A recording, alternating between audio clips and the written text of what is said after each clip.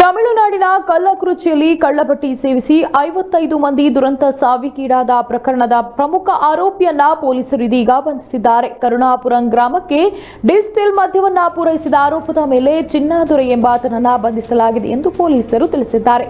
ಕಳ್ಳಬಟ್ಟಿ ಸೇವಿಸಿದ ಇನ್ನೂ ಅನೇಕರು ಆಸ್ಪತ್ರೆಗೆ ದಾಖಲಾಗಿ ಚಿಕಿತ್ಸೆ ಪಡೆಯುತ್ತಿದ್ದಾರೆ. ಆದರೆ ಗ್ರಾಮದಲ್ಲಿ ನಿತ್ಯ ಒಂದೊಂದು ಸಾವು ವರದಿಯಾಗುತ್ತಿದೆ. ನಿನ್ನೆ ಸಂಜೆಯವರೆಗೂ 29 ಮೃತದೇಹಗಳನ್ನು ಅವರ ಕುಟುಂಬಗಳಿಗೆ ಹಸ್ತಾಂತರಿಸಲಾಗಿದೆ. ಮೃತರ ಅಂತ್ಯಕ್ರಿಯೆ ಕೂಡ ನಡೆದಿದೆ ಎಂದು ಜಿಲ್ಲಾಧಿಕಾರಿ ಪ್ರಶಾಂತ್ ಎಂಎಸ್ ತಿಳಿಸಿದ್ದಾರೆ. ಇನ್ನು ನ್ಯಾಯಮೂರ್ತಿ ಬಿ ಗೋಕುಲ್ದಾಸ್ ಅವರಿಂದ ಏಕವ್ಯಕ್ತಿ ಆಯೋಗವು ಘಟನೆಯ ತನಿಖೆಯನ್ನ ಪ್ರಾರಂಭಿಸಿದೆ.